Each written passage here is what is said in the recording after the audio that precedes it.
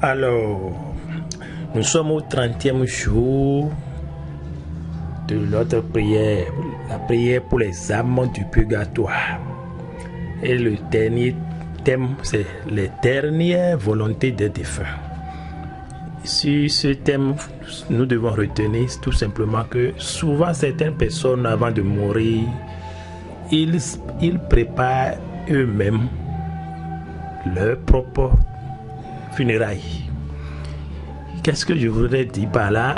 Il y a certaines personnes, ils ont déjà acheté les cercueils, le cercueil dans lequel on doit les enterrer. Ils achètent tout ça, ils indiquent même le cimetière où on doit les enterrer, tout, et ils les confient à une personne. Il peut confier son héritage, il peut confier ses dernières volontés. Il peut dire peut-être à ma mort, faites ceci, faites cela, donnez ceci à telle personne, donnez cela à telle personne, voilà. C'est ça qu'on appelle les dernières volontés des défunts. Mais il y a des fois où ceux qui sont chargés d'exécuter ces dernières volontés ne font pas le travail, détournent les fonds à d'autres fins. Et quand c'est comme ça, Dieu peut permettre à l'âme de revenir, et c'est ça que nous allons voir. Donc ici, il faut simplement respecter les dernières volontés des défunts. Alors, on dit ici, il faut les exécuter fidèlement. Les dernières volontés des mourants sont sacrées. Nous sommes obligés de les respecter. Le Concile de Trente recommande aux évêques de veiller attentivement à l'accomplissement des legs pieux faits par les fidèles défunts. D'autres conciles vont jusqu'à priver de la communion ceux qui s'approprient des dons des mourants ou qui diffèrent d'accomplir leur dernière volonté. Des lois si sévères nous font assez comprendre à quel point on se rend coupable en privant les défunts des suffrages qu'ils ont voulu s'assurer après leur mort. Il y en a qui peuvent vous dire, après ma mort, commandez-moi des messes pendant 5 ans, 6 ans. Il faut le faire. Malheur donc à ceux qui profitent de la substance des pauvres âmes du purgatoire. Ils les privent du soulagement qu'elles auraient reçu, se constituent en quelque sorte leur bourreau et deviennent responsables de leur souffrance. Dieu ne les aboustera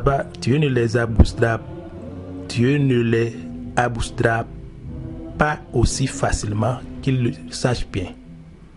Et le jour viendra où il leur demandera un compte rigoureux de ces injustices qu'ils ne songent pas même à se reprocher.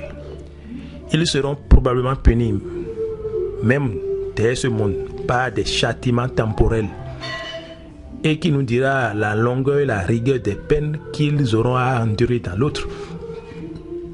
Âmes chrétiennes, réfléchissez. Vos parents, vos amis, vos bienfaiteurs ne vous ont-ils pas fait en mourant de pieuses recommandations? Ne vous ont-ils pas demandé de vive voix ou par testament des prières et des messes, puisqu'il y en a qui écrivent des testaments? Voilà encore un autre problème, des testaments où le défunt, il a déjà fait son testament et bien après sa mort, ses dernières volontés dans ce testament ne sont plus respectées. Donc c'est très grave.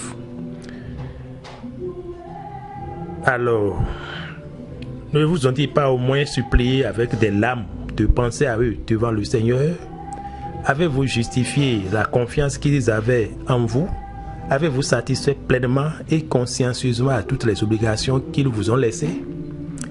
Si vous ne l'avez pas fait, hâtez-vous donc d'acquitter cette dette sacrée de justice. Il faut les exécuter promptement.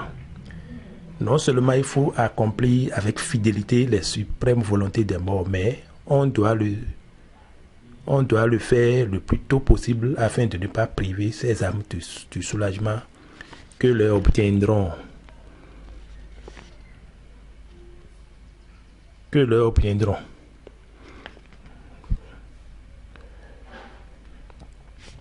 Exemple, un homme avait 3 amis et 2, surtout, qu'il aimait un amour de prédilection. Un jour, Il fut accusé devant la justice d'un grand crime, bien qu'il fût innocent. Qui de vous, dit-il à ses amis, fut m'accompagner jusqu'au tribunal et protester énergiquement en faveur de mon innocence? Le premier s'excusa, prétextant des occupations. Le second l'accompagna jusqu'à la porte du tribunal. Il s'y arrêta et revint bientôt chez lui, tremblant, redoutant la colère du juge. Le troisième, celui sur lequel l'accusé comptait le moins, entra, parla en sa faveur, attesta son honorabilité et son innocence avec une telle conviction que le juge lui rendit non seulement la liberté, mais lui accorda réparation. En ce monde, l'homme a 3 amis. Quand Dieu l'appelle à l'heure de sa mort pour le juger, l'argent, son ami de prédilection, ne va pas avec lui. Il l'abandonne complètement et ne lui sert plus de rien. C'est ça. Donc nous pouvons avoir des millions, des milliards dans nos comptes. À notre mort, nous allons tout laisser. Ses parents et ses proches l'accompagnent jusqu'à la tombe. Ils vont lui jeter un peu d'eau bénite au dernier adieu et retournent tranquillement chez eux. Enfin, ses bonnes œuvres.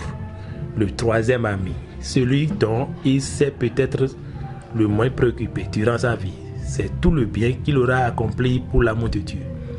Seules ses bonnes œuvres lui restent fidèles, l'accompagnent devant le Seigneur, le précèdent, parlent en sa faveur et obtiennent pour lui pardon et miséricorde.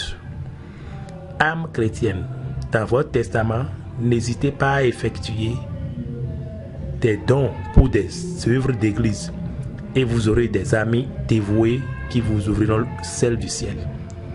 Et il y en a dans le testament, ils vous disent, bon, j'ai telle parcelle. Hein? Tu donnes telle parcelle à l'église pour les œuvres de l'église. D'autres peuvent vous dire, j'ai une maison à tel endroit, j'ai une maison en France, j'ai une villa à Lyon, j'ai un appartement à Nantes, j'ai des hectares de terrain à Chicago. Je vais les laisser pour les œuvres de l'église. Dans vos testaments, pensez-y. Et pendant que vous serez dans le purgatoire, vos bonnes œuvres vous défendront. Alors, à la prochaine séance, nous allons voir quelques révélations sur le purgatoire. C'est extrait du livre Les âmes du purgatoire dans la vie des saints. À plus donc. Merci.